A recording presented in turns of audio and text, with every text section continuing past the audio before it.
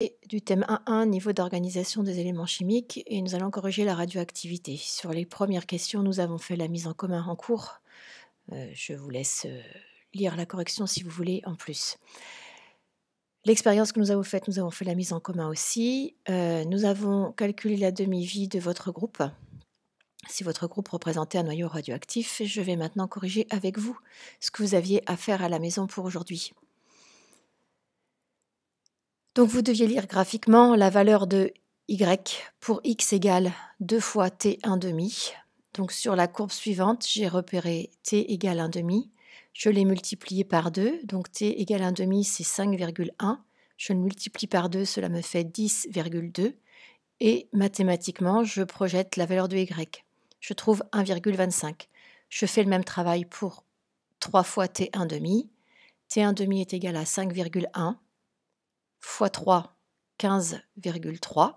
Et je projette mathématiquement pour trouver Y, et je trouve 0,625. Il se trouve que mathématiquement, 1,25 c'est 5 divisé par 4, et que 0,625 c'est 5 divisé par 8. Maintenant, démonstration mathématique.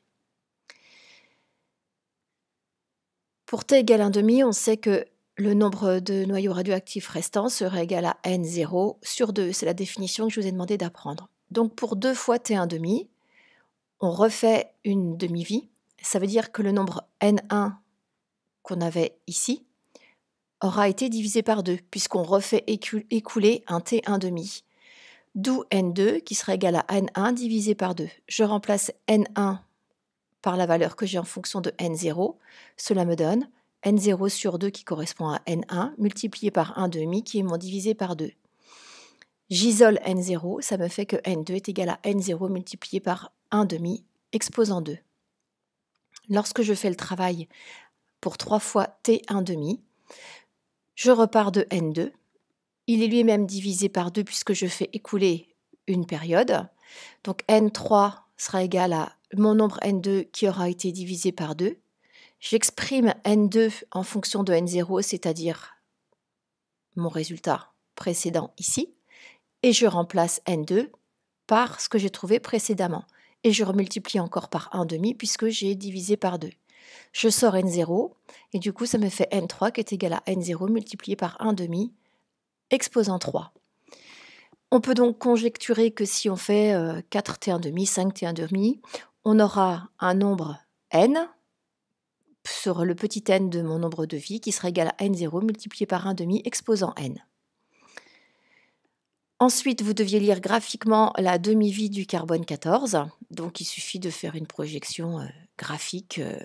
Il me semble qu'on l'avait fait ensemble.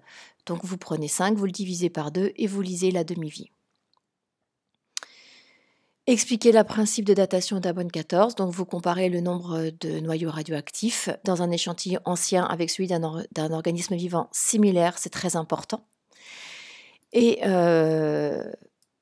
en utilisant la courbe de croissance radioactive du carbone 14, qui est toujours la même puisqu'on ne change pas d'élément chimique, on va pouvoir estimer l'âge puisque vous connaîtrez le nombre de noyaux radioactifs qui restent. Donc, en reportant le nombre de noyaux radioactifs qui restent ici sur votre courbe, vous ferez l'opération inverse de celle qu'on a faite, vous projetterez sur votre courbe et vous pourrez lire le temps.